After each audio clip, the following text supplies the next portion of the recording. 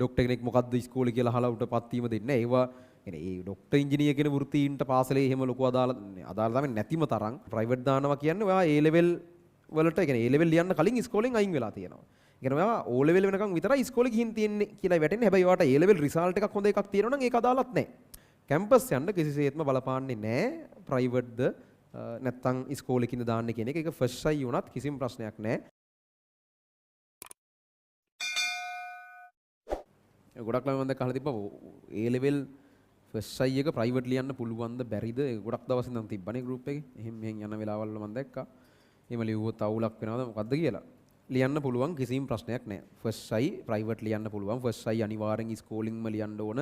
දෙකේ ඉඳන් තමයි ප්‍රයිවට් ලියන්න පුළුවන්. එහෙම එකක් නැහැ. හරිද? ෆස්ට් සයි අනිවාර්යෙන් කිසිම ගැටලුවක් නැතුව ප්‍රයිවට් ලියන්න පුළුවන්. මම ලියන්න කියලා කියනවා නෙවෙයි ළමයි කහන් නිසා උත්තරයක් දෙන්නේ ප්‍රශ්නයක් නැතුව ෆස්ට් සයි එක ප්‍රයිවට් ලියන්න පුළුවන්. ඒකේ වෙනස තියෙන්නේ ප්‍රයිවට් ලියන එක හෝ ඉස්කෝලෙකින් ලියන එක අතර වෙනස තියෙන්නේ තමන් යන්නේ ටිකක් පිළිගත්තයි සම්මත පාසලකට නම්. කියන්නේ ප්‍රධාන පෙළේ ඉස්කෝල කියලා තියෙන කීපයක් තියෙනනේ මිනිස්සු හදාගත්ත මෙන්න මේවා ටිකක් පිළිගත් පාසල් කියලා. එහෙම පිළිගත්තයි සම්මත පාසලකට නම් යන්නේ. ඉතින් මෙඩිසින් ඉංජිනේරින් ගියාම ටිකක් එතන ඒ ඉස්කෝලෙන් ආපු පිරිස වැඩි. දැන් පෞද්ගලිකව කොළඹ ගත්තොත් ඔය ප්‍රධාන පෙළේ ඉස්කෝල කියලා ඉතින් තියෙනවනේ රොයල් ආනන්ද නාලන්ද විශාකා ඒ දේවී අනම්මන එහෙම ඉස්කෝල ටිකක් තියෙනවනේ. ඒ ඉස්කෝල වලට අදාළව පොඩ්ඩක් වැඩිපුර ළමයි ප්‍රමාණයක් ඉන්නවා ඒ ඉස්කෝල වලින්. ඉතින් ඒවල ඉන්නේ ඔය ශිෂ්‍යත්වයෙන් ඕල වලින් ආපු හොඳ මෙවුන් ටිකනේ ඉන්නේ. ඉතින් උන් සාමාන්‍යයෙන් වැඩි ප්‍රමාණයක් යනවා.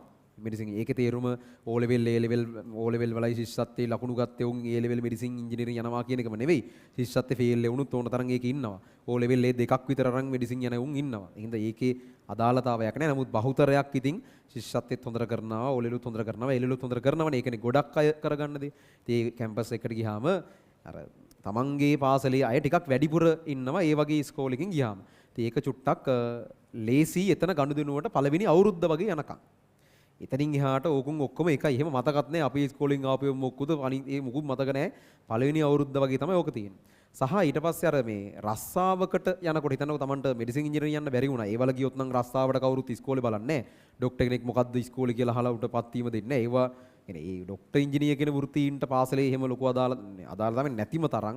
ඉංජිනේරින් නම් චුට්ටක් කර දෙන්න පුළුවන්. මෙඩිසින් නම් කිසිම අදාළතාවයක් නැහැ. ඉංජිනේරින් අර සමහරක් තැන්වලදී පොඩ්ඩක් අර කියන්නේ දැනට ජොබ් අර ඉවර වෙලා වගේ අර ඒක ප්‍රශ්නේ උනේ ලංකාවේ නිසා දැන් අර සිවිල් ඉංජිනේරින් අර මෙහි කන්ස්ට්‍රක්ෂන් නැවතුන නිසා ජොබ් පොඩ්ඩක් අඩු සිද්ධියක් තියෙනවා. ඒ වගේ සමහරක් ඉංජිනේරින් පැති වලට ඒ වගේ තැන්වලදී චුට්ටක් හොයනවා. නමුත් අර සමහර ඒ කියන්නේ හොඳ පිළිගැනීම වැඩි සහ ජොබ් තියෙන මේ වගේ කවුරුත් මේ ඉස්කෝලේ හොයන්නේ නැහැ. ඒක ඉතින් රෙයා ඔපචුනිටි එකක් නේ. ඉංජිනේරින් ෆැකල්ටි එකට ගිහිල්ලා මිනිස්සෙක් කියලා ඉන්න එක සුලභ දෙයක් නෙවෙයි. නමුත් ඒ දෙකට ඒ වගේ එකට යන්න බැරුව මොකක් හරි ඊට පහළ නිකන් සාමාන්‍ය මට්ටමේ ඩිග්‍රී එකක් කරලා ඒව නරකයි කියනව නෙවෙයි. ඉතින් සම්මත පිළිගැනීම අනුව කතා කරන්න. සහ ජොබ් තියෙන විදිහත් එක්ක. ඊට ටිකක් පහළ මට්ටමේ මේ ඩිග්‍රී එකක් කරලා ඒ ඔස්සේ රස්සාවකට යනවා නම් ඒගොල්ලෝ සාමාන්‍යයෙන් අස්සීමි සහතිකේ බලනවා. එතකොට ඔයා ප්‍රයිවට් දැම්මොත් ඔයා O level වෙනකන් විතරක් ඉස්කෝලේ ගිය කෙනෙක් විදිහට වැටෙන්නේ. අන්න ඒකයි කේස් එක. කියන්නේ දැන් ඔයා ප්‍රයිවට් දාන්න නම් ඉස්කෝලෙන් අස්සීමි සහතිකේ ගන්න එපේ. ඒතර ප්‍රයිවට් දානවා කියන්නේ ඔයා A level වලට කියන්නේ A level ලියන්න කලින් ඉස්කෝලෙන් අයින් වෙලා තියෙනවා. කියන්නේ ඔයා O level වෙනකන් විතරයි ඉස්කෝලේ ගිහින් තියෙන්නේ කියලා වැටෙන්නේ. හැබැයි ඔයාට A level රිසල්ට් එකක් හොඳ එකක් තියෙනවා නම් ඒක අදාළත් නැහැ. A level ලියලානේ A level result එකක් තියෙනවා නම් ඒත් ඒකත් ප්‍රශ්නයක් නෑ. නමුත් ඉතින් අර සමහරක් වෙලාවට අර සුපුරුදු පරිදි ටිකක් ප්‍රධාන පෙළේ පාසල් වලට රස්සාවකට ගියත් තියෙන පිළිගැනීම ටිකක් වැඩි. එතකොට ආයෙමත් අර මම කියන්නේ තමන් දැනට යන්නේ ප්‍රධාන පෙළේ පාසලකට නම් ප්‍රයිවට් ලියනවා වගේ එකට යන්න එපා. මොකද මෙච්චර කල් ඉස්කෝලේ ගිය එකත් එක්ක අපරාධය. කියන්නේ දැන් ඉස්කෝලේ යන එක එන ඒ කියන ඒවා අහගෙන ටිකක් අමාරුවෙන් නේ කරන්නේ ඔය වැඩේ. එතකොට එහෙම ගියපු එකත් අපරාධෙ මෙච්චර කාලයක් අර ප්‍රධාන පෙළේ පාසලකින් ඉඳන් ප්‍රයිවට් ලියන එකේ. නමුත් එහෙම නැතුව තමන් සාමාන්‍ය එහෙම මහා ලොකු අමුතු පිළිගැනීමක් තියෙනවා කියලා සම්මත නැති ඉස්කෝලයකට නම් යන්නේ. එහෙනම් ප්‍රයිවට් දාන එකේ හෝ අර ඉස්කෝලයක් ඇතුළේ දාන එකේ එහෙම කිසිම වෙනසක් නැති තරම් කැම්පස් යන්න කිසිසේත්ම බලපාන්නේ නැහැ. ප්‍රයිවට්ද නැත්තම් ඉස්කෝලේකින්ද දාන්න කියන එක. ඒක ෆස්ට් සයි වුණත් කිසිම ප්‍රශ්නයක් නැහැ. මේ දාන්න පුළුවන්.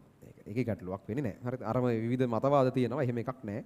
මේ ෆස්ට් සයි වුණත් දාන්න පුළුවන්. මම ඕන ලබන සතියේ වෙද්දී හරියටම කන්ෆර්ම් කරලා අදාළ මේ මෙව්වත් එක්කම දාන්නම්. ෂුවර් නැත්තම් සැකේ ඉතුරු කරගන්න මම ලබන සතියේ සම්පූර්ණ මේ දත්තත් එක්කම ගොඩක් පිළිගන්න පුළුවන් මූලාශ්‍රයක් එක දාන්නම්. ඒකේ ප්‍රශ්නයක් වෙන්නේ නැහැ. මේක ඇතිනේ ලියා ගන්න වෙලාව. දැන් චුට්ටක් ඔය ප්‍රැක්ටිකල්